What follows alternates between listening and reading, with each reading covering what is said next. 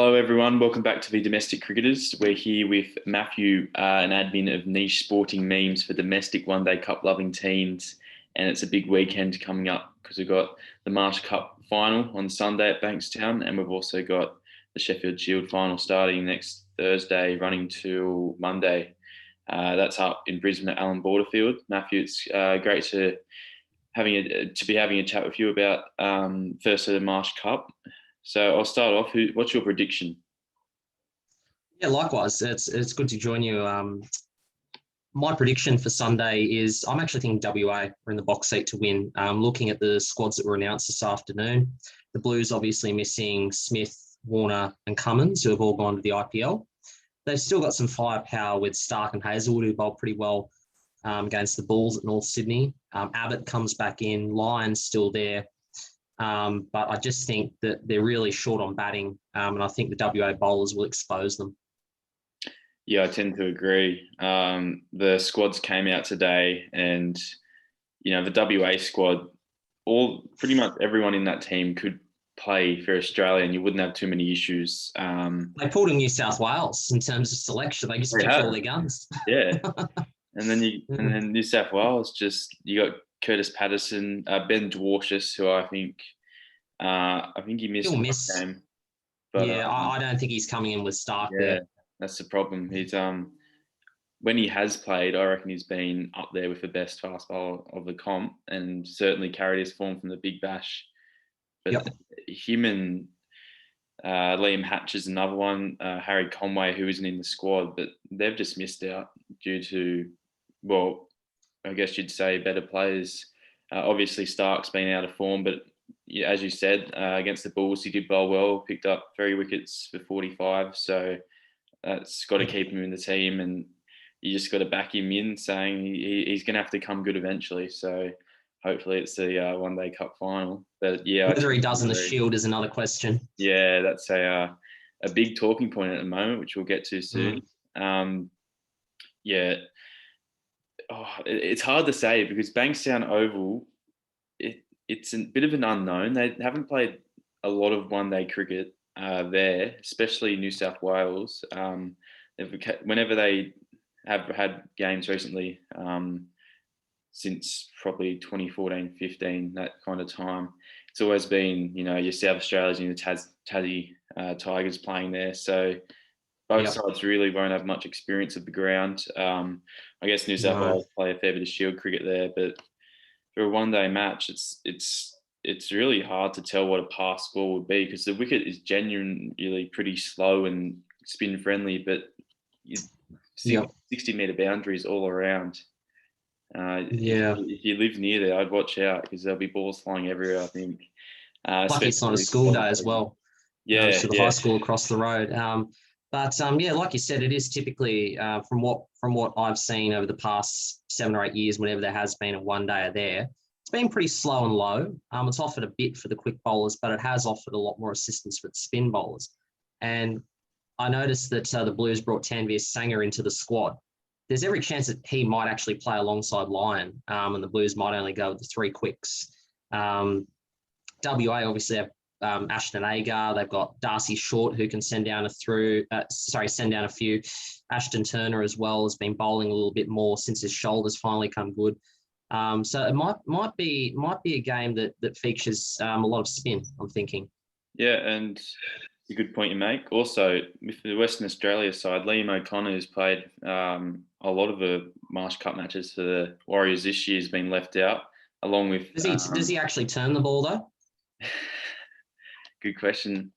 Yeah, from what we've seen, he really just more of a slow bowler, which I guess a lot of bowlers are these days. Along with him, Cameron Bancroft and Hilton Cartwright both miss the 13-man squad for Western Australia.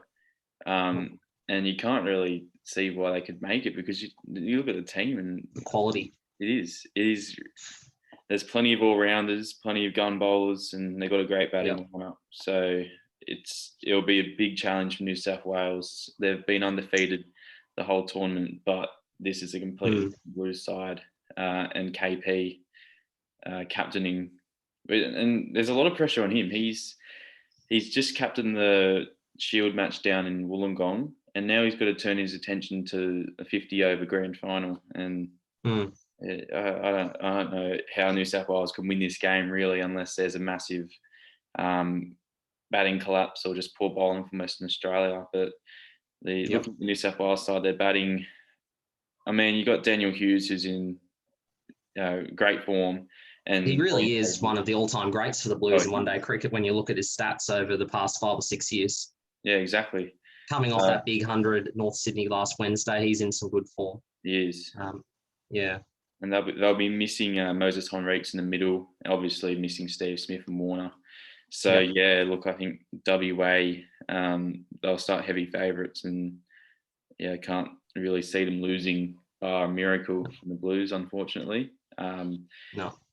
What's your opinion on bringing it to Bankstown Oval? I know there's a lot of grounds that can't be used, but we did see Drummoyne Oval host the first grade final over the weekend, and that's interesting. Yeah. Well, obviously, Blacktown International Sports Park. You're not a fan of. AFL's played there. Yeah, exactly. So it's one of the effects of having the season so late that we don't have the sufficient grounds. No. Bankstown Oval, it's going to be different. It's going to be a different grand final, but it's a lot. I don't think the Blues have played there in about 5 years. Yeah, you're probably right in saying that. But I mean, Drummoyne Oval is. I think with North Sydney being unavailable due to the rugby union, you'd have to say that Cricket New South Wales would look at Drummoyne Oval. Only issue there is COVID capacity, because they don't have a lot of seating, whereas Bankstown Oval has that stand. So their COVID capacity might be higher than Drummoyne's. Also at Drummoyne Oval, you'll probably have the AFL going at this point in the season. So Bankstown Oval is one of those rare grounds that has first class accreditation that actually just has the one sport, being cricket, played on it throughout the year. So if it wasn't for Bankstown, they probably would have had to have taken the match regional. I mean, we both went down to see the Shield match at North Dalton Park over the Easter long weekend, and they put on a good show down there. It's a great ground. They do. Very big, very long square boundaries. I think that would have probably been second choice if Bankstown were to be unavailable. And then you might be, it'd be really tough, because we don't really have the grounds. They might have had to have scheduled the match at the City Power Centre or Island Waterfield. Yeah. And it's just that late in the season, like you said. There's been little to no advertising of this grand final either, although there hasn't been a lot for the Marsh Cup. But I feel like the games at North Sydney Oval had a lot more advertising, and they were on Ticketek. Even though it's free entry, it was on Ticketek. There's nothing about tickets for this game. There's nothing about what time the gates open. They just say entry is free, 9:30 a.m. And a Sunday, a grand final, I think you're looking at a big crowd. The crowds rocked up in Wollongong. They rocked up at North Sydney Oval. I can't see why they wouldn't rock up to this grand final if they had if they tell people that it's on. Yeah, I mean, the only problem is that, you're up to round 5 in the rugby league this weekend, round 4 in the AFL. The good news being that the Swans played on Thursday night. GWS are playing away from home. I don't know about the NRL. I really don't care for it, to be quite frank. But, I mean, I think anything less than a crowd of about 500 would be really disappointing. But from what I saw in the Shield match at Bankstown Oval back in February between the Blues and Victoria, they did get a reasonable attendance across a few of those days, even though it was a very rain-affected match. So I'm thinking a crowd of somewhere between 500 to 700 might come in for the final. And obviously the COVID capacity is 2,000. I mean, you'd be highly optimistic to think you're going to get 2,000 there. That's 2,000. We can only hope. That up. Well, because it's the hill around the ground really doesn't hold many people, and they've got that. They do have a good grandstand, so whatever the crowd is, it's going to look busy and it's going to have a great atmosphere, I'm sure. Absolutely. So we're both tipping WA to go back to back. I can't remember the last time a team went back to back, other than New South Wales 2015. 15-16. So it takes a good team, and that New South Wales side obviously had, their full strength. It hasn't really changed. This New South Wales side, especially in the one-day Cup hasn't changed for a very long time. You've got the same familiar names: Patterson, Yep. Henriques, Smith, Warner, the whole bowling attack. So the one thing New South Wales does have over WA, it does have the bowling experience. Although That is true. Nathan Lyon, he's always overlooked as a white ball bowler. I think he's all right. Yep. But Josh Hazelwood's been in and out of the team, and he's obviously had a bit of a break now. And Mitch Stark, is a really good white ball bowler, but he hasn't been at his best this Marsh Cup, but he hasn't been terrible either. So that's one thing New South Wales does have over WA. I think they have a better bowling attack, especially in terms of experience. But I think the batting is what's going to really worry them. Yep, absolutely. I mean, you'd probably say that Blues will likely go in with maybe just the 5 bowling options, Abbott at 7, and then you have the bowlers 8 through to 11, whereas WA will, they'll potentially have 8 or 9 bowling options on the day. You might see someone like Darcy Short bowl anywhere from 2 overs or maybe even up to 8 or 9. They do have that point of difference as well. And as we've already touched on, their batting lineup is tremendous when you look at the top with Whiteman, who's been in good form. He was actually captaining the state only a few weeks ago. Sean Marsh is missing. Then you've got Mitch Marsh, Cameron Green, Ashton Turner, Josh Inglis, Josh Philippi. I mean, Jesus. Good luck to the Blues. Good luck. It's hard to say what a pass score would be because generally they haven't been massive at Bankstown Oval. The pitch does have something in it for the bowlers, but if you're scoring, I would be batting first and you'd have runs on the board, I think, in a final. And if WA batting first, you'd really want 350, I think. You would want 350, but it's one of those sorts of grounds where historically 250 is a winning score. Yeah. And sometimes runs on the board in a final, it can do funny things when the team's chasing. It can just give you that perceived pressure. And we saw that the other day with WA and Tasmania. Sorry about that, by the way. It's a very traumatizing match. Bowling and batting, we bowled pretty well at times, but WA, they've raced into the final, and I think they're going to win it. So we'll move on to the Sheffield Shield final, which starts the 15th next Thursday at Allan Border Field. We know Queensland Cricket advertise their matches a lot better. They've even introduced corporate hospitality, starting at $10 for Allan Border Field home matches. Is that in the Stuart Law stand? I believe it is, and it gets you a seat, top row on the grandstand, and also access to the function room where you can then purchase your expensive meals and what have you. But great initiative, and we saw when Queensland hosted Tasmania a few seasons ago for the Shield final, they got massive attendances. It holds 2,500, but I think it might be a bit smaller now due to COVID. But I really do think we'll get some pretty big crowds, and Queensland haven't been affected by the IPL. I don't think at all, really. So you got Marnus, Burns, Renshaw, Nisa, Kawaja, Steketee, Bartlett. Yeah, they've got Flepson. They've got a lot of big names who should get people through the gates. Thursday to Monday is probably your best scheduling for a test match. Your first 2 days genuinely get the best crowds, and having that Thursday, Friday kind of evens it out, whereas Saturday, Sunday, you get genuinely smaller crowds, but because it's a weekend, you get pretty consistent crowds throughout the whole thing. But what we're getting is the finals a 5-dayer, and to have a 5th day on a Monday, which is a work day, that's when most people come to the grounds. If you're having a 5th day on a Shield match, you want to be there, and you want to see the team lift the trophy, especially Queensland, who are quite possibly the most patriotic Shield well-supported team in the comp. I think that you probably should have started at Wednesday, just in case that 5th day, especially, a Queensland home game in April, there's going to be rain. I haven't checked the forecast. It's still a bit further out. I was going to bring that up, actually. And Allan Border Field has had historically poor drainage. They've Yeah. had issues for years. That match you were talking about a few years ago against Tasmania in the final, I mean, that was heavily affected, and Tasmania potentially dudded a bit by the weather in that one. And obviously, I mean, you had the recent 2 Sheffield Shield matches, one across the road at Ian Healy Oval, the one against Victoria at Allan Border Field, and as well as a one-dayer. I mean, it's just not the time of year to actually be playing cricket in Queensland. I'm not completely serious there, but there are some issues, and with the scheduling though, I actually tend to disagree with you, because while I'm a big advocate for the Sheffield Shield final, especially being 5 days, how many Sheffield Shield finals have gone down to the wire on day 5 over the past 10, 15 years?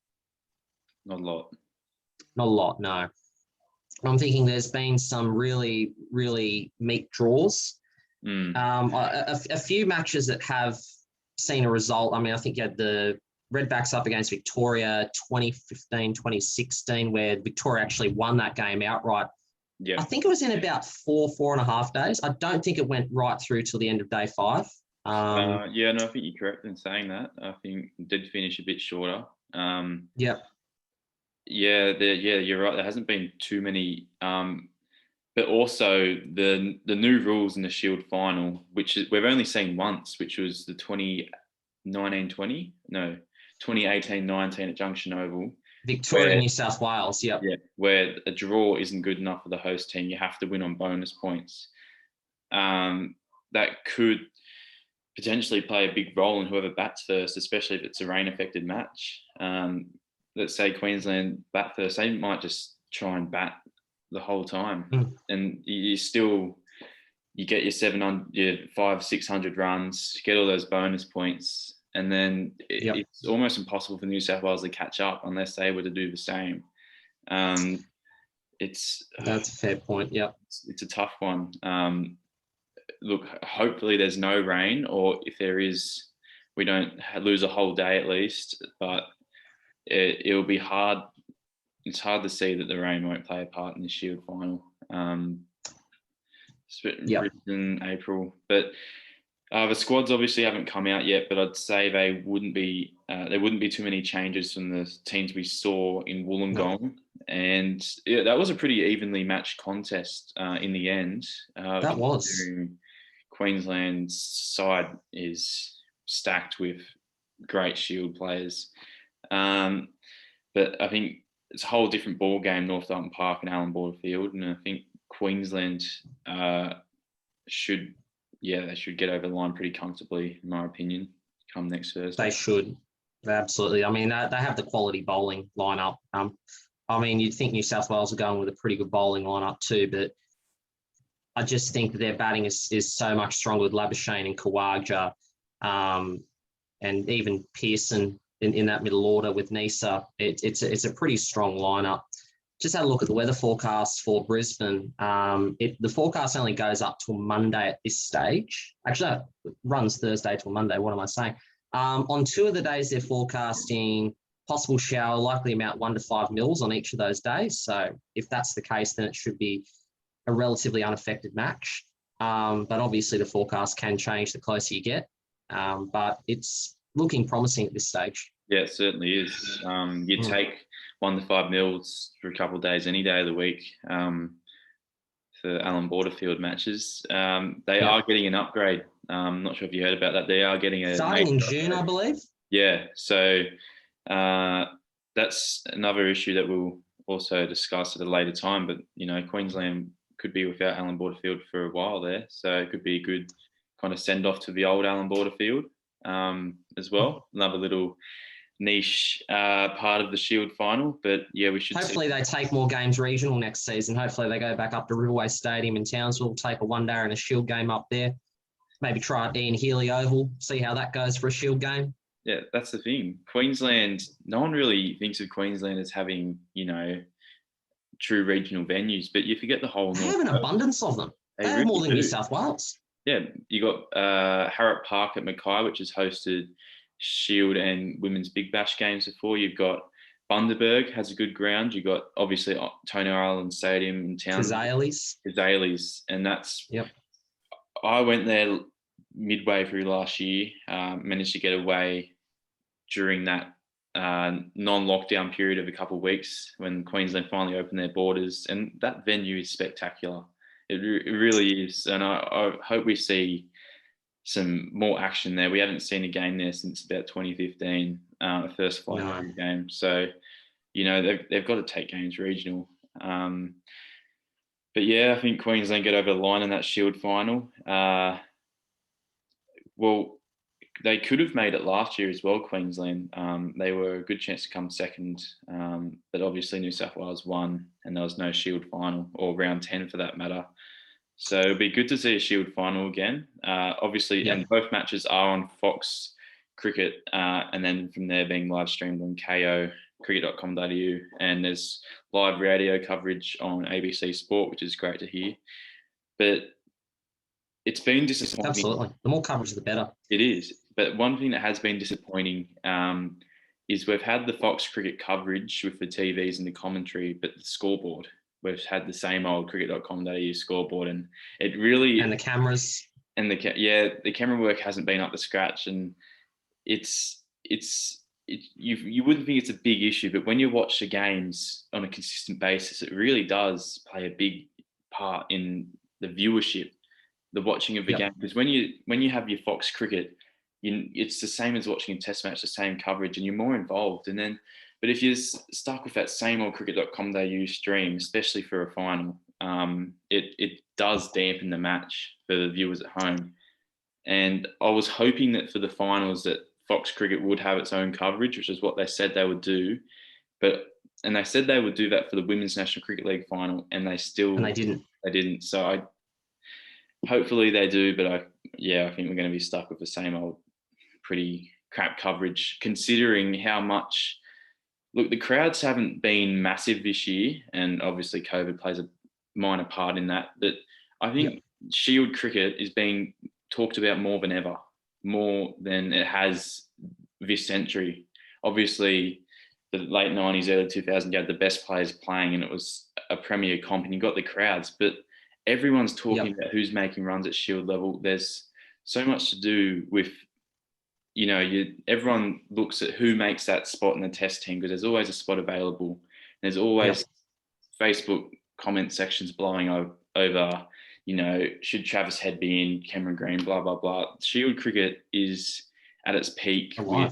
It really is playing a massive role. And it's getting more people involved in it. Like, you may not get your young people watching it, but they're checking social media and they're checking the score, and they're seeing who's making runs and then basing an opinion off it. So there's more to be done with the Sheffield Shield cricket to, get it better. And you've got to have better coverage for starters, I think. Yeah, and I mean, I remember back to the start of the season, which was delayed by about 3 or 4 weeks on the typical start time. And that was due to a few border arrangements and COVID restrictions. But I do remember when the first round began, you had the matches at Karen Rolton Oval, at Gladys Elphick Park, also known as Park 25, and you're thinking, oh my God, they're playing Shield on a park. And then they had a few games down at Glenelg Oval, and then Fox Cricket started broadcasting a few of those games, which I thought was really good. And I remember interest was quite high at the time, especially when there were simultaneous matches. Nobody really wanted to watch the Redbacks, not even their own fans. But there were a couple of good individual feats in that October-November period. There were a couple of ripping games. Mitchell Swepson really set the Shield alight.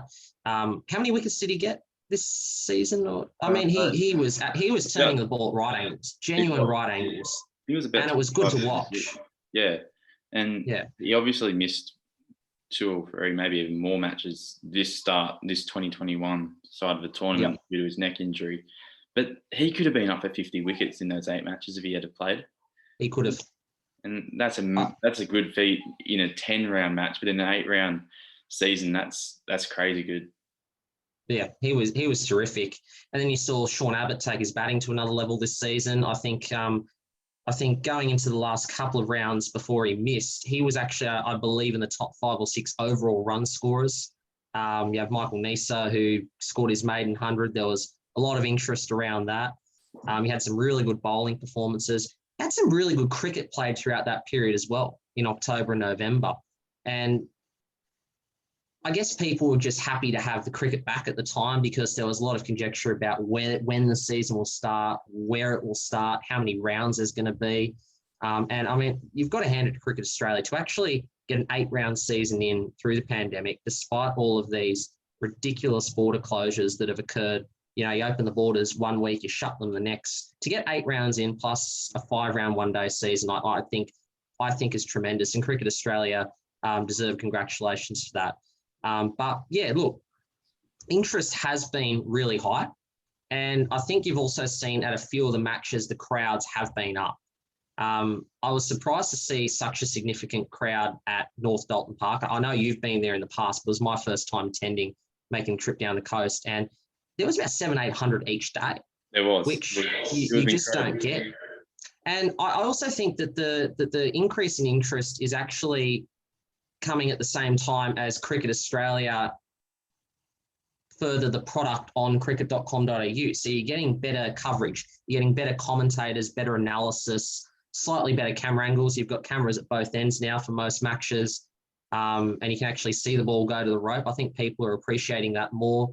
You've got the invention of KO, and obviously having those games on Fox Cricket. You know, people might be going for their lunch break at the pub and then they see the cricket on TV and they think, what's this? And I think it's a culmination of everything, just creating this interest that probably wasn't there a couple of seasons ago. And also you could probably say that there's a lot of, there are quite a number of spots in the Australian side that are still up for grabs, and it's about who's scoring runs at the time. There's a lot of conjecture about guys like Mitchell Starc, whether they're still test quality. So I think for all those reasons, Shield cricket is actually in a very strong position at the moment. Yeah, you make great points there. And I 100% agree with you.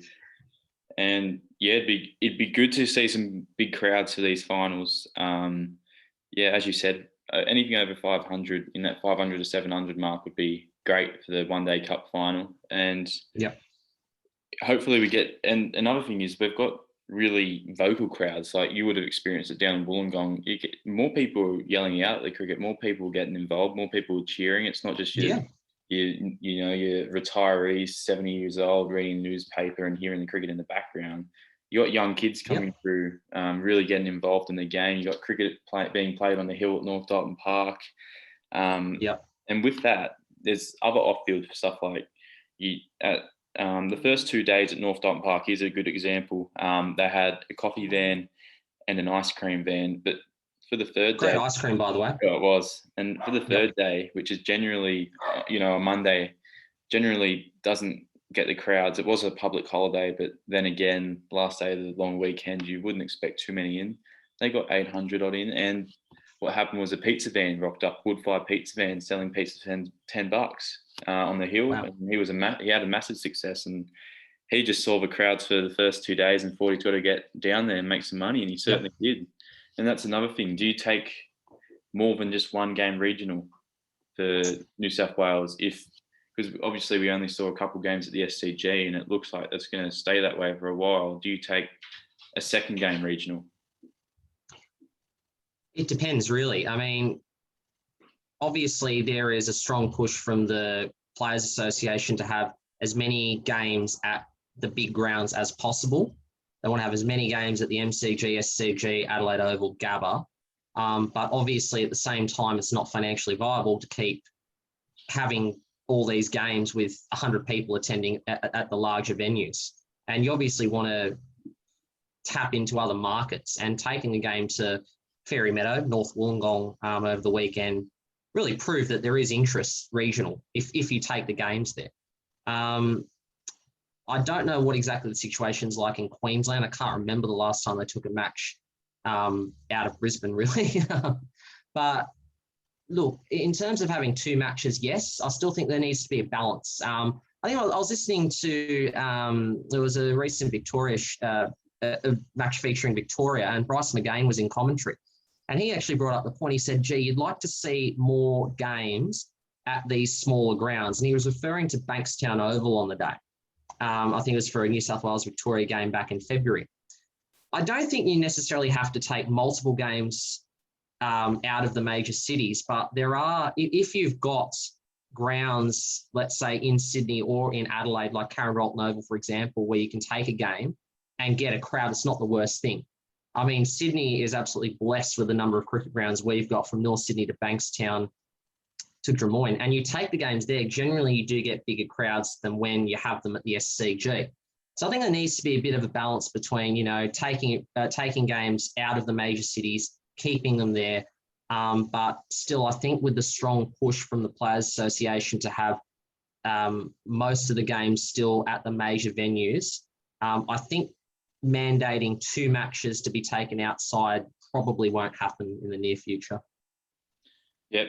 I could be wrong, but I get the sense that it's probably just going to stay at 1.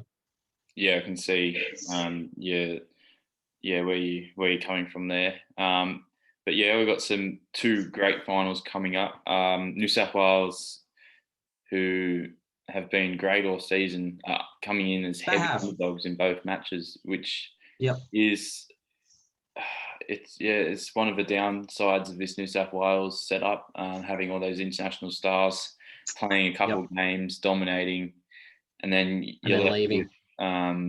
Look, New South Wales, to be fair, without its test stars, still has a top 4 side.